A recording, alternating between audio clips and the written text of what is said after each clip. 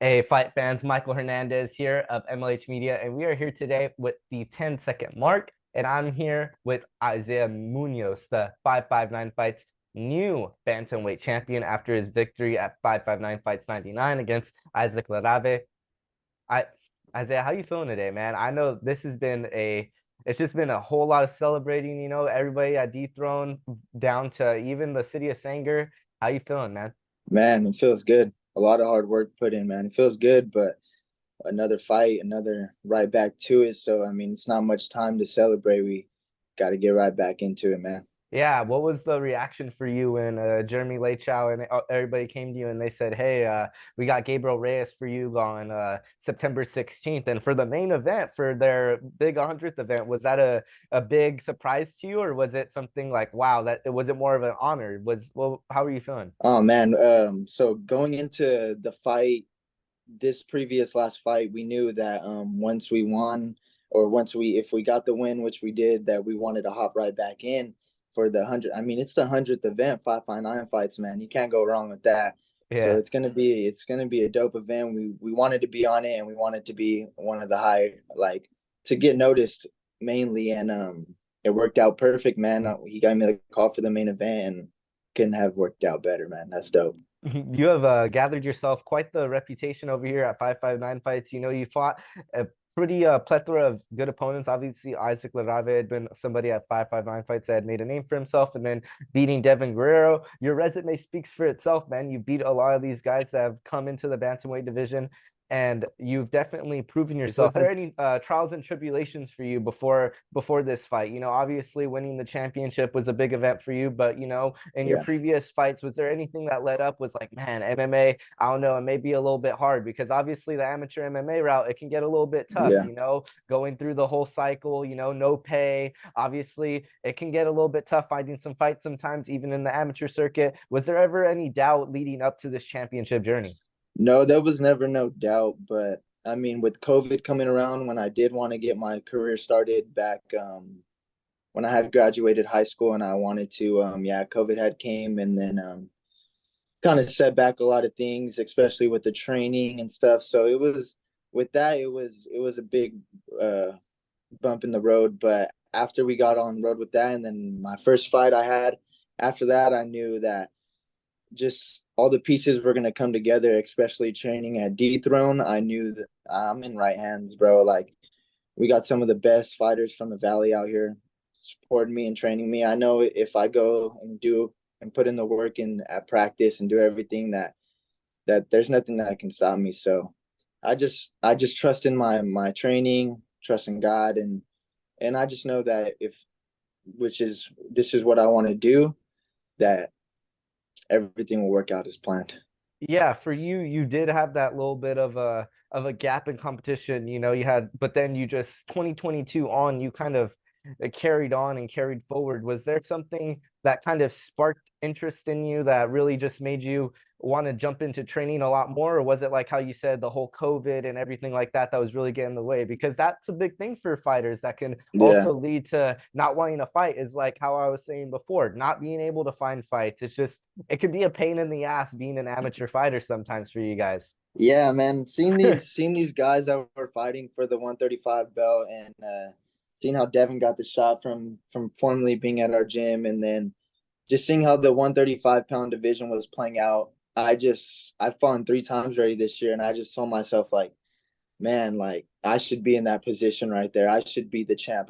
I know I'm better than a lot of these guys out here. So just realizing that, and just knowing that I should just hop on it, man. So that's something right there that motivated me a lot, knowing that these guys that are at the top and doing all this, just, I don't feel are on my level. So it's also some motivation right there. That's pretty interesting too, because then you ended up fighting Devin. Was that kind of something that Mm-hmm. when you seen that contract, you were like, I gotta do this? Yeah, they said they wanted it, so, bro, we're game.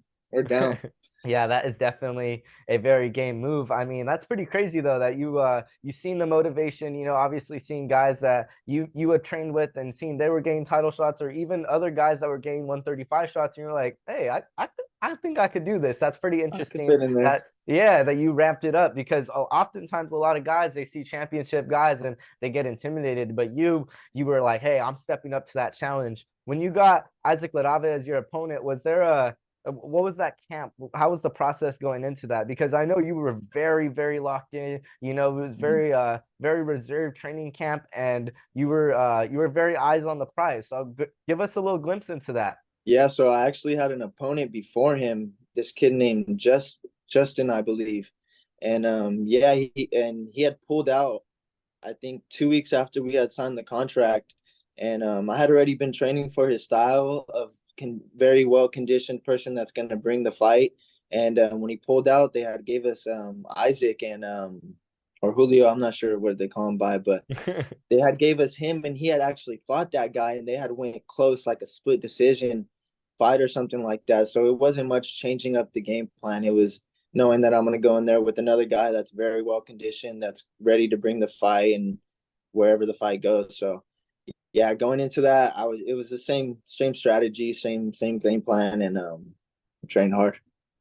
You got that knockout over there in that fight, and there was a little bit of controversy after with the gloves. Did you expect that type of power coming into that? Because that was a beautiful right hook. It just seemed that it planted him right down. That's something that definitely comes from that boxing background, I believe that you have, and then the Yeah. obviously tons of work on the ground that I feel like made it eventually where it had to go on the stand up. Did you believe that fight was gonna end up on the feet for you? No, I actually thought that he would have shot a lot sooner, like an overhand right to a shot or something. I was waiting for it, trying to stay more patient, and then I threw a jab, and I noticed the way he was standing that he wasn't gonna shoot. I noticed that he looked like he was looking for something on the feet, so that's when I got comfortable, and I was like, okay, he's not gonna shoot right now. I could tell. So then that's why when he threw his punch, I would have stepped back more, but I knew he wasn't gonna shoot after, so he threw it, and yeah, man, I was surprised that he didn't, but that's the way it went. That was definitely a very beautiful display of striking. And I've told people before, oftentimes, you get grouped in as a grappler. You obviously train at Dethrone, a very grappling based camp. Your father as well, Nick Munoz, he is heavily grappling, got that purple Yes, belt. sir. Shout out to him over there helping manage the Yes, Dethrone sir. camp. But you often get grouped in as a grappler, but I've seen in your fights with that boxing style, I'm like, this kid can strike. Has that Hmm. oftentimes annoyed you that you've been kind of grouped as, oh, this guy's only a grappler? Oh, like we should train for a grappler. Yeah. No, I don't think they see that when they see me, especially watching my fights. But yeah, where I do come from, yeah, grappling is heavy. So, but not necessarily towards me. No. That's very interesting because I know oftentimes, people see a camp and they often like, oh, okay, he's from this place. Yeah. He's a straight grappler, or oh yeah, but you feel that they look at both areas of your game, which I feel like is very respectable to you because you definitely can strike, and I feel like that's going to be very put on display against Gabriel Reyes, where he has that Hawaiian Kempo background. Are you excited to see where it lands on the feet? Because you guys definitely can scramble with each other. You guys can bang it out. It's going to be a very, I Yeah. feel, even fight in some senses. But obviously, one's got to go. So Yeah. how are you feeling about that fight, my man? I feel good. I feel like it's a good opponent. Yeah, that would be interesting if it's going to be real interesting the way his stand up is, the way he throws his punches and the way he shoots. It's going to be real interesting, and I'm really excited for it. I'm going to be able to.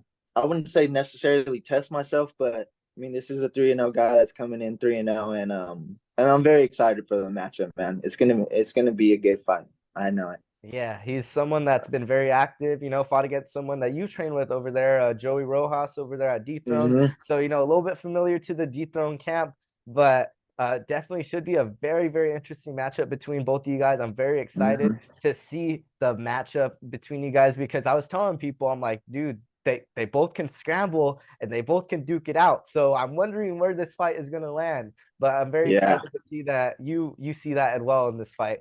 Has there been anything leading up to this camp that has really changed or maybe have you evolved anything from this previous camp that you were that you were in for Isaac Larrave that you were carrying into this camp for Gabriel Reyes? Maybe a different tradition. Maybe are you doing something different? Are you running a little bit more? Has there been anything that you have added onto your training regimen? Not necessarily anything different with the quick turnaround. Just going back into it, and we have necessarily the same, not the same opponent, but same guy that has very good conditioning who is going to come and try to come and I feel try to take the fight to the ground and same strategy going into this fight and same thing that Coach Mike, what the process and the plan that he has in for us, man. We're going in there ready to fight with whoever. So everything that we do on the daily basis is just what fighters are supposed to freaking do. You and Coach Mike have a very good relationship. Obviously, you guys have known each other for quite a while. It seems even down to when he's talking to you in the cage, it seems everything you kind of just seem to pick up on. Has that relationship seemed to just grow over the years, or was it something that came natural? How go into that relationship? Oh man, we've been basically like a family friend for a while, man. Him and my dad have been really close, and he's always been just like another father figure to me, man. So he's always, yeah, it's just since the beginning, man, since we were in Fowler training, just two of us and then three of us in a no AC room, bro, just grinding it out, man. We've been there since for many years now. And yeah, bro, he's just like another father figure to me. Yeah, I look up to him a lot. And even when, like you said, when I'm in the cage, when he's talking to me, man, there's been in one of the fights actually that I finished the guy, he walked me through the whole process. He literally, I looked at him like while I was fighting in the cage, and he said, "This is do this, this, and this," and I did it, man. We got the finish, man. So yeah, I'm very, very lucky to have him in my corner. I believe I remember that fight. Was that the convention center? Yeah, Yes, okay. I believe I remember that fight. Yeah, it was I think that was the first time I ever got to watch you. Was that coming off of your first loss, I believe? yeah, And you were coming into that fight. It was a super loud reaction, and I was really excited to see you fight. And then obviously came out there and got that TKO win. But yes, it was a pretty impressive victory, and then obviously started the win train for you. Has there been anything that you've learned from this MMA career, maybe just in these like past couple of months, this past year, that you would have wanted to tell your past self? You wanted to tell yourself when you first got into MMA training, because obviously when you're yeah, training jiu-jitsu, training, wrestling, it's a lot different than involving yeah. punches and everything. So was there anything you'd maybe want to tell your past self? Yeah, I mean, there's a lot of I would want to tell myself, but you just have to get in there and feel for it for your first time. Just like so I'd always boxed growing up. That's how I started. And going into my first MMA fight, I had lost just because I got taken down one too many times and yeah, there would be a lot of things I want to tell myself of how to stand and not stand so much as a boxer and not a lot of things I would have wanted to tell myself, but there's just those things you have to learn just going in there and experiencing for yourself. So yeah, I got that So one out the way. back in high school when you were going to school, you not do any sort of wrestling or anything like that? No. No, so it all came from Deep Throw. Well, no. So I was in Fowler and I with Mike Moreno doing jujitsu. I think we started up in 2016, 17. Yeah, man, that's when I started. I believe it was my sophomore year of high school is when I started competing jujitsu. Wow, that's quite impressive to say that someone that wasn't doing wrestling, because I feel like a lot of your dynamics, even going back to watching the fight against Seven, you just had such a good display of being able to shut down takedowns, being able to just sprawl on the ground. So it feels like you've been seasoned on the mats, but to be only training from 2016, which I mean, obviously that's still quite a long time now, 7 years, but that's quite impressive, man. Like Yeah, that's thank you. have you, yeah. Um, do you feel for this upcoming fight? Is there anything that you wanted to tell your fans or maybe any of your upcoming opponent? Nah, just stay tuned. We got another Team Munoz show coming. It's gonna be a good one. I'm What excited. What are your plans looking like for after this fight? Were you planning to defend the belt a couple of times? What's the trajectory looking like for Isaiah Munoz? Man, I had a whole plan in my head of how things were gonna play out, but the way things are playing out now, and if I keep getting these wins and keep grinding, man, who knows what's in place for me, you know? Many opportunities might start coming and we'll see what happens. But I definitely do want to keep racking up these wins and eventually go pro. But yeah, I would want to defend the title again. No, definitely having a couple of title defenses on your resume always looks good, especially for the 559 Fights organization. Definitely helped a couple of guys go pro in the past. So defending your title and making it look nice and shinier, I feel like definitely will help your ranks, and will help you even go in the pro level and make you go straight to a pro organization such as LFA, one of those big boys that will help you eventually go straight to the top.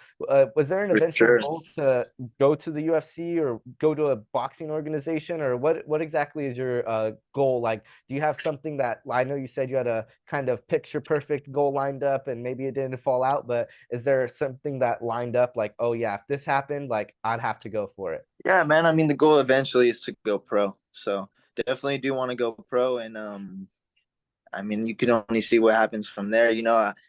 I would love to go to the UFC. I would love to do all that, but I'm focused on this amateur fighting right now. I'm not looking too far. I'm focused on the goal right now, and we'll see the opportunities that come.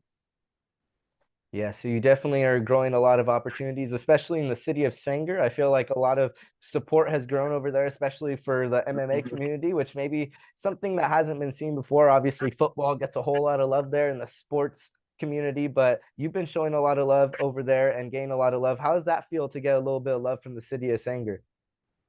Oh man, it feels awesome, bro. It's coming, especially representing them because I didn't grow up there for too long, but that's where my family's from. That's where a lot of us is from. But man, it's awesome, especially because the things that I want to do for the city of Sanger, man. It's dope to get some recognition out there, and especially from the people out there, man. There's nothing like it. Yeah, the city of Sanger definitely goes hard for their people. I mean, obviously Tom Flores in the past has went to the very highest of the highs in the NFL, but definitely a whole lot of alumni from Sanger that have done pretty well for themselves. And I feel like you definitely have the potential, obviously growing up a little bit over there and having your roots over there to be one of those people. And that's definitely pretty Yeah. cool. So you grew up primarily in Fowler and then a little bit of Sanger, or how No, did it? no, no. No? No, no, no. So Fowler, I was just in Fowler training with Mike Moreno, so that's why we were out there. But I grew up in Sanger till I started kindergarten, I would say, and then I had moved with my mother. My pops has always been in Sanger, but I had moved with my mom into Fresno, out there in the Central District. So I went out there, and then during my high school career, I went to Clovis to Buchanan. So yeah, and then I had recently, when I would say about 17, I had recently moved back to Sanger. So yeah, that's how the process went, but Sanger was always there. I always find it crazy, looking back at like athletes like yourself, obviously with your grappling prowess, like guys like you. Imagine if guys like you had joined the wrestling team over there at Buchanan or Yeah, like something Buchanan, like that. man. That would have been absolutely insane because their Mhm. grappling prowess has obviously always been crazy. And then Oh you man, obviously you were doing your thing in jiu-jitsu at the time being in high school. So I can only imagine if you had joined that wrestling team and done your thing over there. That would have been a special sight to see. But sometimes the dice doesn't always roll that way. And that's what I right? tell guys. I'm like, it's always like, oh man, a what if, but it's okay. Yeah. Because are you pretty excited for this upcoming event? It's also going to be Mexican Independence Day for 559 Fights 100. Are you pretty Oh excited that wow. everything is kind of aligning for that day? It's going to be main event for you, Mexican Independence Day, 559 Fights 100. It seems like everything is just kind of going on that day. Man, that's gonna be an awesome day, to be honest. It's gonna Yeah, be a pretty nice day, man. Yeah, I'm excited, especially for us to be back at the Visalia Convention Center. Man, it's gonna be a dope atmosphere. I already know it. Yeah, what's gonna have to be the beverage of choice after? Because it's Mexican Independence Day, so are you gonna have to go with the Modelo, the Corona? What's gonna have to be the beverage of choice, man, if you get the victory? I'm gonna need some damn water after. I already know. Very, very acceptable answer. Water, get those electrolytes in, maybe get a nice meal in after, but gotta save the partying a little bit for 30 minutes, 40 minutes after you get ready, do your thing. But yes, some good water is always a good choice, especially for the body, man, because Mhm. you will definitely feel pretty dehydrated after a 15-minute fight, man. Has there ever been a moment in your career after a fight where you're like, damn, that was an absolute like war and you did not really expect going into it? I mean, obviously going into all your fights, you expect like, man, this fight is gonna wear you down. But was there ever a time where you're like, man, this fight just like it took a toll on you? Not in MMA yet. I haven't had that in MMA, but when I used to box, yeah, but not in MMA yet. I have not gotten to that point yet. So I mean these rounds are longer too this time, so we'll see.